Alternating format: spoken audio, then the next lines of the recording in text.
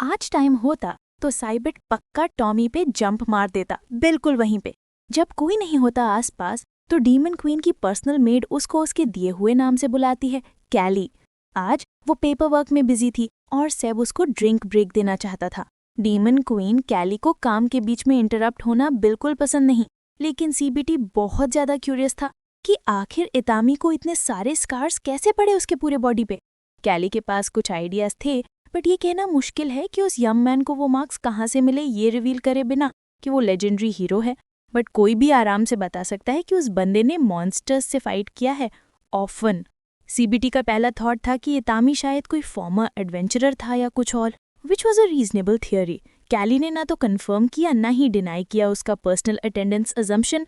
Still, as far as Seibert knows, एक demon भी इतने सारे ग्रिजली वुंड्स को एंड्योर नहीं कर सकता किसी के बॉडी पर, और तो और माइंड को उस स्केल पे क्वांटिटी में भी वुंड्स झेलने पड़ते हैं।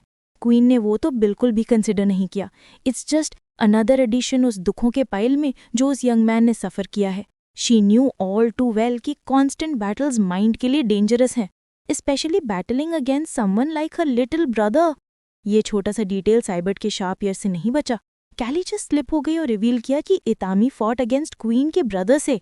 कैली ने बिना घुमाए फिराए बात की। शी कुड ईजिली डिड्यूस कर सकती है कि इतामी ने उसके लिटिल ब्रदर से कभी ना कभी फाइट किया होगा। Only her little bro could leave someone looking like that. But ये तो काफी बड़ा रेवलेशन था उसकी पर्सनल मेड के लिए।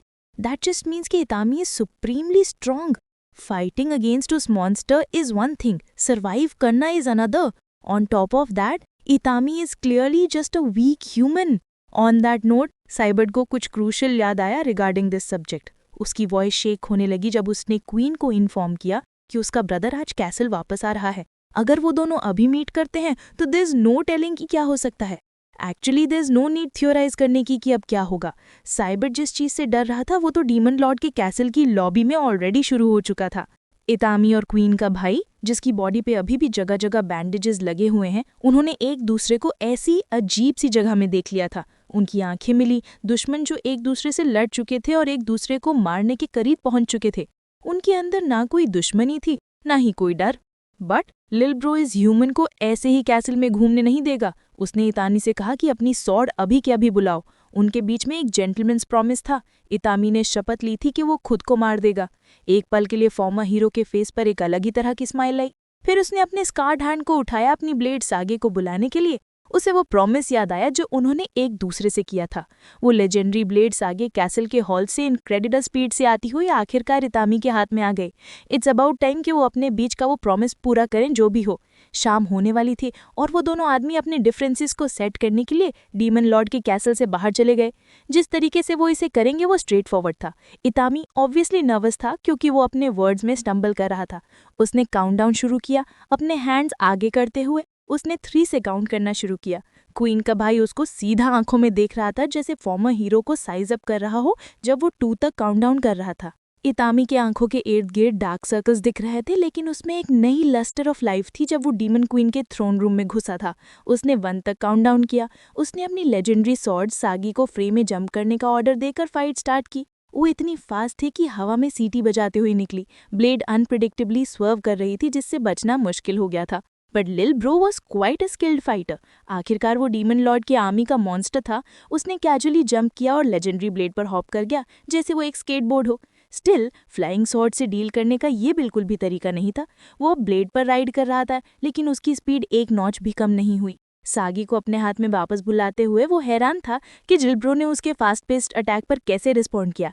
दोनों फाइटर्स इस फाइट में एब्सेंट माइंडेड थे। उन्होंने वो मूव्स नहीं बनाए जो ओपोनेंट को न्यूट्रलाइज करने के लिए करते। उन्होंने एमेचर मिस्टेक भी की और सागी को वापस बुलाए जाने पर एक्सीडेंटली एक दूसरे से बम्प कर गए। अब वो दोनों ग्राउंड पर पड़े थे। इस बार कोई सिग्निफिकेंट इंजरीज नहीं हुई। लिल ब्रो और इतामी सिर्फ ये कह सके, होली शिट। सागी भी उनके बीच मिट्टी पर स्ट्रून थी। दोनों फाइटर्स के बीच एक नोइंग साइलेंस थी। फिर लिल ब्रो स्मर्क करने लगा जैसे वो आने वाली हंसी को दबा रहा हो जब तक वो और नहीं रोक सका। वो ऐसे हंसने लगा जैसे उसने अपनी लाइफ में स्टंट से ज्यादा फनी कुछ नहीं एक्सपीरियंस किया। उसे पता था कि ये रेड हेड यंग मैन ने उनके बीच होने वाली टक्कर को डॉज करने की कोशिश भी नहीं की, जबकि वो परफेक्टली कैपेबल था।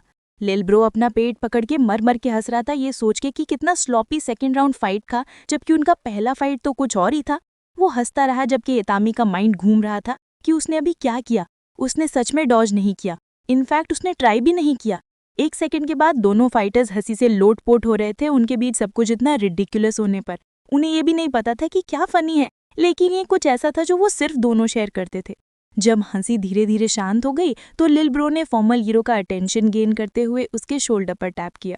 उन्होंने एक दूसरे की आंखों में देखा और ऐसा लगा कि ब्रदर्स का एक स्पेशल बॉन्ड है जो उनके बीच एक टेरिफाइंग ऑर्डर से सर्वाइव कर गया था। ऐसा था जैसे वो एक दूसरे को प्रोफाउंडली डीप लेवल पे जानते हैं। लिल ब्रो ने फाइनली ऑनेस्टली बोला और फॉर्मर हीरो को बताया कि वो खुश है कि हितामी जिंदा है। यंग मैन को रोए हुए कुछ दिन हो गए थे, लेकिन वो फिर से रो रहा था। एक सपोजिड एनिमी से ये वर्ड सुनकर एक स्पेशल कनेक्शन से पैदा हुए आंसू उसकी आंखों से बहने लगे। ये पिछले कुछ दिन या महीने या कितना भी टाइम हुआ होगा, उसका ऐसा लग रहा था कि उसका अपने टीयर डक्ट्स और इमोशंस पर कोई कंट्रोल नहीं था।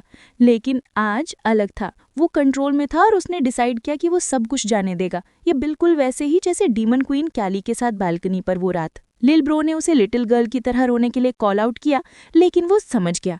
मीनवाइल 2 पेयर का सस्पिशियस आइज क्लियरली फोलिएज के पीछे से पीप करने की कोशिश कर रही थी। कैट बिल्कुल कंफ्यूज हो गया। सिर्फ 2 महीने पहले ये दोनों एक दूसरे को मारने के लिए उतावले थे, इतना कि बुरी तरह से वुंड्स और स्कार्स हो गए थे, लेकिन अब वो ऐसे बात कर रहे थे जैसे गुड फ्रेंड्स रियूनाइट हुए हों। After a long time queen Kelly ने सोचा कि बॉयज विल बी बॉयज। सेब एक सक्यूबस थी, मेन को मैनिपुलेट करने में स्किल्ड, लेकिन उसे भी इस लड़के का बिहेवियर वियर्ड और अनडिसाइफरेबल लगा और कैली भी अग्री करती थी।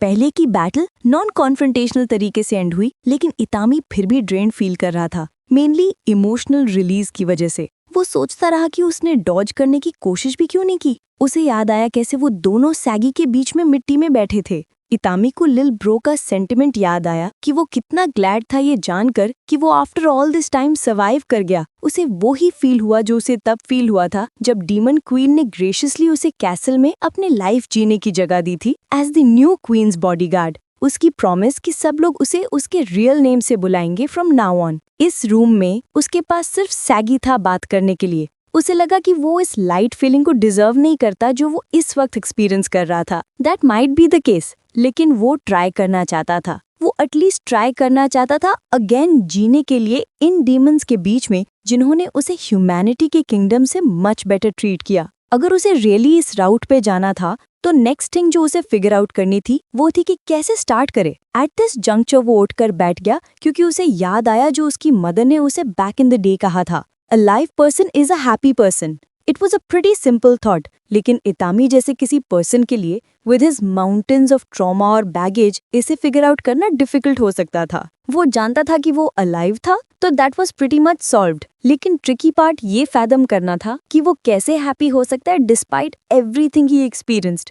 At that moment the legendary blade saggy ने सीमिंगली उसकी डायलेमा सुनी और इन काइंड रिस्पॉन्ड करने का डिसाइड किया। उसकी हिल्ट पर लगे जेम से लाइट निकलने लगी। He looked directly into the light. वो इस सरप्राइजिंग डेवलपमेंट से शॉक हो गया। उसे एक विविड इमेज दिखी, एक छोटी लड़की 2D ग्रिन के साथ एक रैबिट बीस्ट को फीड कर रही थी। इवन दो उसका एक टूथ मिसिंग था, the girl called him brother hero और कहा कि हैप्पीनेस देने में है ना कि लेने में। Just look at his smile और वो कितनी बिग है despite not having perfect teeth. उसे कोई केयर नहीं है because she is just so happy एक हेल्पलेस बीइंग को फीड करके हेल्प करने में। Itami felt his head cleared up of any clouds. The answer was right there all along. Saggy को बस उसे गाइड और पुश करना था। The first step वो करना चाहता था वो था दुनिया में जाके do good for both his and others' sake. Itami seemed a little too eager. Stairs use करने के लिए भी नहीं, so he just jumped from the balcony out of his room. Hero diving into the ground और एक made से पूछ रहा है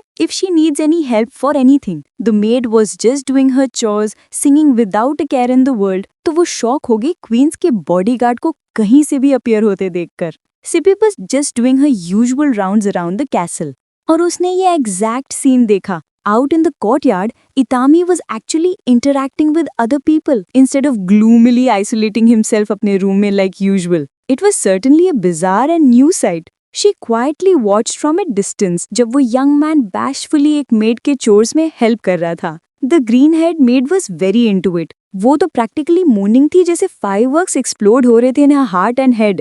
While Seb was watching from afar, the first thing उसने Demon Queen Callie के बारे में सोचा और कैसे उसका boy almost got stolen right under her nose. As if words exchange करना और intimate glances were not enough, वो दोनों तो ऑलरेडी ग्रेजुअल फिजिकल टच पे भी आ गए in no time. Another day, another new shenanigan in the peaceful demon lord's castle. Demon Queen Callie didn't even know वो क्या देख रही थी इस सिचुएशन में.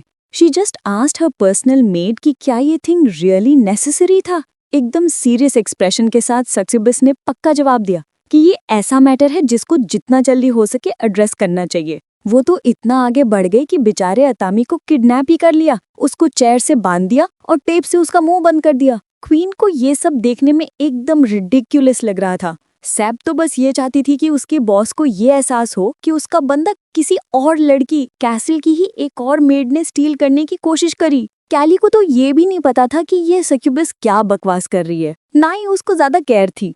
मेड को अपने मास्टर के लिए बुरा लग रहा था, माना वो अपने लोगों की लाडली और दुश्मनों की डेयर डेविल डीमन क्वीन थी. लेकिन वो कितनी बेवकूफ औरत थी.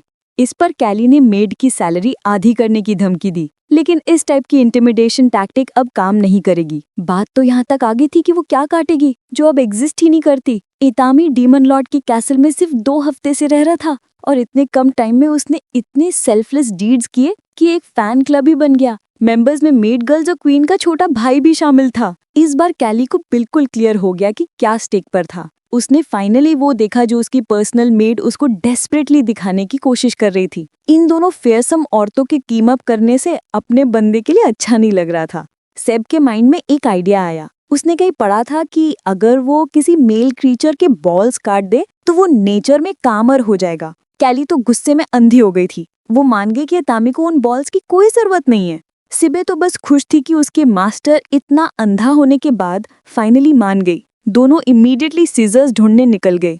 इतामी तो ऑलरेडी फ्रीक आउट हो रहा था क्योंकि उसने ये रिडिकुलसली अनहिंज्ड कॉन्वर्सेशन सुन ली थी. वो हेल्पलेसली बंधा था, मुंह से गैग था, तो वो स्क्रीम भी नहीं कर सकता था जब दोनों ने फाइनली डिसाइड किया कि वो सीजर्स ना मिलने पर स्वॉर्ड यूज करेंगे. मीनवाइल लिल ब्रो और उसकी लंबी ब्लॉन्ड गर्लफ्रेंड एक ग्रेव विजिट कर रहे थे, कैसल से ज्यादा दूर नहीं. तभी उसको एक टिंगलिंग सेंसेशन फील हुई. इतामी के साथ जो उसका भाई वाला कनेक्शन था उसे लगा जैसे कुछ बहुत गलत हो रहा है. इसलिए उसने ग्रेव विजिट जल्दी खत्म किया क्योंकि उसे अभी फौरन जाना था. कैसे भी उसे पता था कि उसके दोस्त को उसकी जरूरत है. तो लिल ब्रो जितना तेज हो सके कैसल की तरफ भागा. डीमन क्वीन के ऑफिस में दोनों औरतें अभी भी इतामी के बॉल्स कैसे काटे इस पर डिबेट कर रही थी. उन्हें डर था कि अगर स्वॉर्ड यूज की तो वो यंग मैन मर जाएगा क्योंकि ह्यूमंस इनहेरेंटली वीक बॉडीज वाले होते हैं. उन्हें पता भी नहीं चला कि लिल ब्रो स्नीक इन कर गए. उसने बाइंडिंग्स खोलने की बहुत कोशिश की लेकिन सिबे इसमें बहुत ही ज्यादा अच्छी थी फॉर सम रीजन. उसे ये भी नहीं पता था कि इतामी ने ऐसा क्या किया है जो उसके साथ ऐसा हो रहा है. कैली तो फॉर्मर हीरो को पूरी लाइफ टाइड अप रखने का सोच रहा था सो दैट उन्हें उसके बॉल्स ना काटने पड़े. वो प्लान शायद वर्क ना करे. लिल ब्रो तो बस चेयर को ड्रैग करके उस प्लेस से निकलने पे लगा था. सिबे एक और प्लान प्रपोज करना चाहती थी लेकिन कैली को ऑलरेडी पता था कि वो मोस्ट लाइकली लव्ड यू होगा, इसलिए उसने मेड को आगे कुछ कहने से रोक दिया. नेक्स्ट डे आ गया और ऐसा लगा था जैसे वो ऑलमोस्ट न्यूट्रिंग इवेंट कभी हुआ ही नहीं. वो कैसल हॉल्स में लाउंज कर रहा था और एक फ्लायर देख रहा था जो एक पिलर पर पोस्ट किया हुआ था जब क्वीन कैली उसे अपनी यूजुअल राउंड्स पर मिली. वो फ्लायर पढ़ने में इतना इनग्रॉस था कि उसने क्वीन को नोटिस भी नहीं किया. जब तक उसने पूछा क्या देख रहे हो, वो पुराना हीरो एकदम फैसिनेट हो गया फायरवर्क फ्लायर देखकर. उसे तो पता भी नहीं था कि डीमंस भी फायरवर्क फेस्टिवल सेलिब्रेट करते हैं.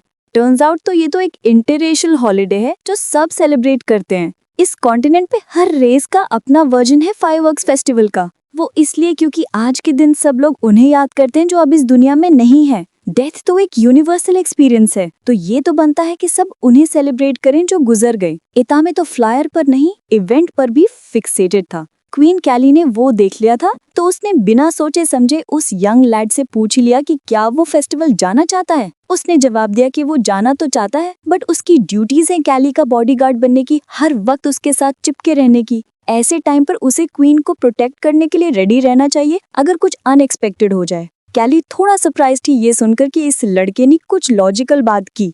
स्टिल उसे पता था कि वो फायरवर्क फेस्टिवल जाने के लिए कितना बेताब है. उसके हाथों को देखकर पता चल रहा था कि वो फायरवर्क का रेसिपी कितनी टाइटली पकड़ा हुआ है.